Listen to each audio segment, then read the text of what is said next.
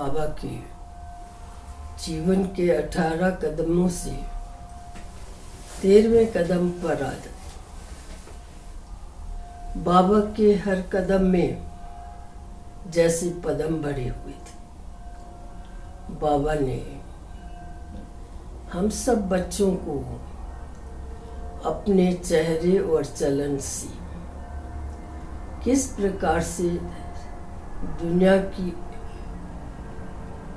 मनुष्य आत्माओं को ऐसी श्रेष्ठ वाइब्रेशंस देनी है जिस वाइब्रेशन से उनको ऐसा लगे कि ये बहुत पहुंचे हुए मानव है। बाबा ने हम बच्चों को एक ही समय पर कार्य करते हुए भी अपनी श्रेष्ठ वाइब्रेशन सर्व आत्माओं को देनी है।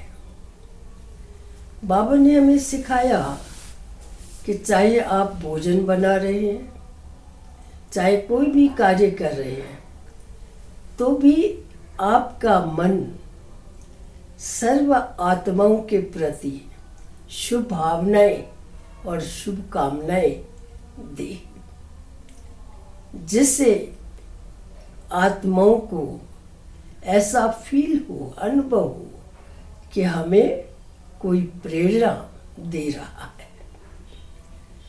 बाबा ने हमें सिखाया कि चाहे भोजन बना रहे हैं, चाहे किसी भी प्रकार का कार्य कर रहे हैं, लेकिन उस कार्य को करते हुए भी मन से अपनी श्रेष्ठ वाइब्रेशंस सर्व को देनी है, क्योंकि इस समय सारी आत्माएं अपने जीवन में दुख और अशांति का बहुत अनुभव करती हैं और ऐसा लगता है कि उनको जीवन में कुछ भी नहीं मिला हुआ है, सब कुछ होते भी कुछ भी नहीं है।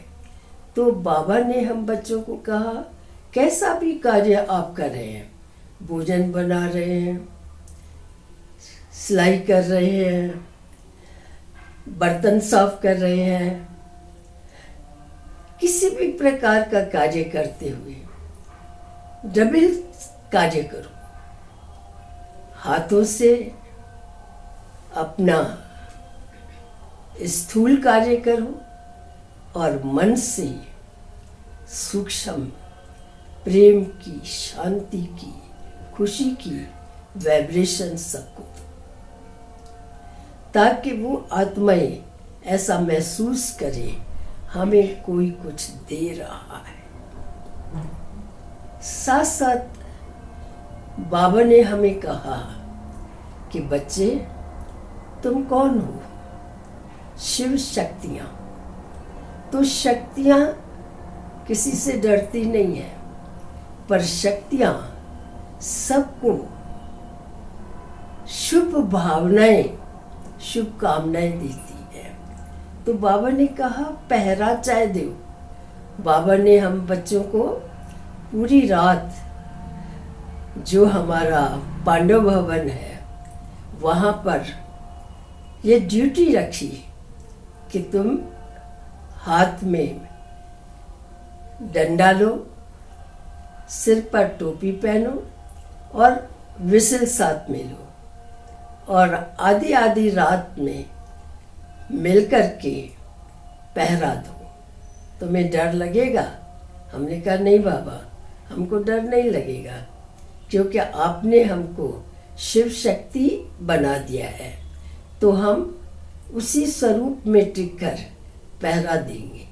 सचमुच ही उस पहरे में हमको बड़ा आनंद आया कि हम पहरा तो दे रहे हैं, लेकिन कितना सुखदायी वातावरण बना हुआ है और हमें कोई भय नहीं है। चारों तरफ हमारा जो आबू में पांडव भवन है, उस पांडव भवन के पीछे, आगे, बीच में, चारों तरफ हम दो दो बहनें मिलकर आपस में पहरा देती थी। वो भी दिन बहुत अच्छे होते थे। और कई बार हमने देखा ब्रह्मा बाबा और मातेश्वरी वो रात को 2 बजे उठकर हम सब बच्चों के कमरों में आकर हमको देखते थे कि ये बच्चे किस नींद में सोए हुए हैं।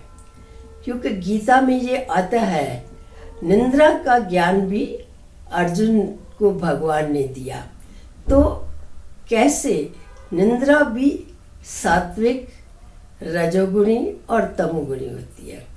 जो सात्विक निद्रा में होता है उसको बहुत अच्छे स्वप्न आते हैं। तो बाबा और मम्मा हमारे कमरों की तरफ आते थे। जो सात्विक नींद में सोए थे उनको ऐसा लगता था बाबा मम्मा आ गए, और सचमुच ही बाबा मम्मा उनके खटिया के पास पहुंच जाते। उसके बाद जो रजोगुणी नींद में थे उनको थोड़ा बाद में पता रहा, वाइब्रेशंस आई। और जो तमोगुणी उनको तो पता ही नहीं चला कि हमारे रूम में बाबा मम्मा हमको देखने के लिए आए थे।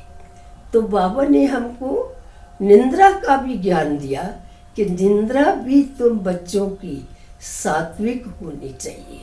क्योंकि जितना दिन भर आप अच्छे विचारों में, शुद्ध संकल्पों में होंगे और सबको अच्छी वाइब्रेशंस देते रहेंगे, उतना ही आपकी रात्रि बहुत अच्छी सतोगुणी बीतेगी, अच्छे अच्छे स्वप्न भी आएंगे। तो निद्रा का भी जो प्रभाव है वो अच्छा होगा। और साथ साथ बाबा ने कहा कि दिन भर हम जो खाते हैं, जो बोलते हैं, जैसा करते हैं, उसका प्रभाव भी हमारी निद्रा पर पड़ता है।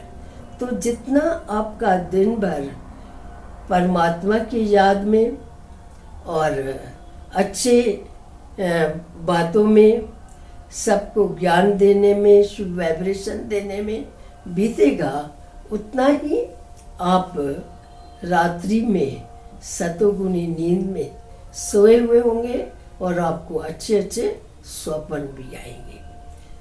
तो कैसे बाबा हमें हर बात, खाना कैसे है, रहना कैसे है, सोना कैसे है, हर बात में बाबा हमको शिक्षा देता था। आराम से। तो बाबा हमें पहाड़ियों पर ले जाता था और पहाड़ियों पर ले जाकर बाबा कहता था, देखें तुम बच्चे मेरे से आगे जाते हो या मैं आगे जाता हूँ। तो अगर हम परमात्मा की याद में बाबा के साथ साथ जाते थे तो हम आगे बढ़ चले जाते थे, नहीं तो बाबा आगे जाता था। क्योंकि बाबा कहते थे मेरे साथ स्वयं भगवान है। तो तुम भी बच्चे जितना बाबा की याद में होंगे और याद में चल रहे, तो उतना ही तुमको ऐसा महसूस होगा कि बहुत आत्माएं हमसे वाइब्रेशन ले रही है और हम बाबा की कदम से कदम मिलाकर, बाबा की शिक्षाओं को अपनाकर बाबा के साथ साथ चलते थे। और बड़ा ही आनंद आता था कि स्वयं भगवान हमको मिला है साधारण बूढ़े ब्राह्मण के रूप में। जो हम सत्यनारायण की कथा में पढ़ते थे वो प्रैक्टिकल रूप हमारे सामने आया कि सत्य परमात्मा एक साधारण मनुष्य तन में आकर हम आत्माओं को हर प्रकार की शिक्षा दे रहे हैं। जो शिक्षा को हम जब अपनाकर चलते हैं, उन शिक्षाओं से हमारा जीवन सुखमय, शांतमय बनता गया है। चाहे कोई कैसा भी व्यक्ति हमारे सामने आता था या कुछ भी बोलता था, कैसे भी चलन चलता, लेकिन हमको ऐसा लगता था कि ये बेकसूर आत्माएं हैं, इनको कोई पता नहीं है। लेकिन भगवान हमें पढ़ा रहा है, ब्रह्मा मुख से हमको सुंदर शिक्षाएं से सजा रहा है। इस प्रकार से हमने बाबा के जीवन से इतना अच्छा देखा। बाबा ने, जब बाबा भोजन करते थे तो भोजन करते हुए भी बाबा कहते थे शिव बाबा के साथ खाओ, उसको याद करके भोजन स्वीकार करोगे तो आपका भोजन सात्विकता आपके अंदर पैदा करेगा और आपका ब्लड भी सतोगुणी बन जाएगा, जिससे आपके जीवन में जो रोग है, शोक है, ये सब खत्म होता जाएगा। तो बाबा ने हमको 13वें कदम में ऐसी ऐसी बातें सिखाई, जिन बातों को धारणा में लाकर हमने अपने जीवन को सुखमय बनाया। कैसी भी आत्माएं हमारे सामने आती थी, आसपास आती थी, या कुछ ऐसी बात करते थे तो हमको ऐसा लगता था कि वो बेकसूर है, उनको ज्ञान नहीं है, इसलिए वो ऐसा बोलती है या इस प्रकार की चलन में चलती है। तो बाबा ने हमको ऐसी आत्माओं को भी अपने शुभ वाइब्रेशंस देकर महान बनाने का पुरुषार्थ करना है। इस प्रकार से हम सब अपने जीवन में जब भी माउंट आबू में ब्रह्मा बाबा के सन्मुख जाते थे तो बाबा ऐसी मीठी दृष्टि हम बच्चों को देते थे, जिससे हम ऐसा महसूस करते थे कि भगवान हमारा साथी है, भगवान हमारा साथी है और हमारे साथ ही चलते हैं, बैठते हैं, खिलाते हैं, खाते हैं। हम बहुत सुंदर जीवन का अनुभव और इतना प्यार देते थे, जिस प्यार में हम बच्चे सब कुछ भूल जाते थे। इसलिए ब्रह्मा बाबा ने हम बच्चों को अपना बनाकर हमें ज्ञान गुणों से, पवित्रता से सजाया और सिखाया किस तरह से तुम बच्चों को रहना है, खाना है, सोना है, चलना है, आपस व्यवहार में श्रेष्ठता लानी है, क्योंकि इससे हमारा जीवन सुखमय बनता गया और कई आत्माओं को हमारे जीवन से शिक्षाएं मिलती थी और वो समझते थे ये जैसे फरिश्ते हमारे आगे सामने हैं, जिन्होंने अपने जीवन को भगवान के अर्पण करके रोज अच्छी अच्छी सुंदर शिक्षाओं को अपनाकर और अपने जीवन को सफल बना रही है। तो इस तरह से बाबा ने हर कदम के अंदर हमें शिक्षा दी, कैसे बैठो, कैसे खाओ, कैसे चलो, कैसे व्यवहार में रहो, जिससे जैसे देवताएं, तो देवताओं को हम कितना पूजन करते हैं, कितना श्रृंगारते हैं, कितने बड़े बड़े मंदिर बनाते हैं, लेकिन वो मालूम नहीं था वो कौन थी, वो कौन थे, कब आए इस सृष्टि पर और कितने श्रेष्ठ आत्माएं वो थी। अब पता चला कि भगवान ने आकर हम बच्चों को ऐसा देवता बनाया, ऐसी शिक्षाएं दी। वो हमारा सुप्रीम टीचर है, टीचर रूप में उसने हमको ऐसी शिक्षाएं देकर, पढ़ाई पढ़ाकर इतना महान बनाया, जो आज भी मंदिरों में उनको सजा कर रखते हैं, उनकी पूजा करते हैं, उनको पर खूब जेवर पहनाते हैं। बहुत सी लोग तो रियल जेवर भी पहनाते हैं। जब जब ऐसे दिन आते हैं तब वो उनको रियल जेवर भी पहनाते हैं। समझते हैं ये बहुत श्रेष्ठ देवता है, इनको भगवान ने ऐसा बनाया। वो कौन थे वास्तव में? यही ब्रह्मा बाबा के द्वारा शिव बाबा ने हमको बताया कि वो तुम बच्चे ही थी, जिनको भगवान ने पढ़ाकर कलयुग के अंत में हर कार्य सिखाकर जीवन को सफल बनाया और इतनी महान देव आत्माएं बनी। तो हमको ब्रह्मा बाबा से हमको ये ज्ञान मिला और हमारी जीवन एक अति अमूलक बनती गई। चाहे हम कैसे भी कार्य हो, हर कार्य को बड़े प्रेम से करते थे।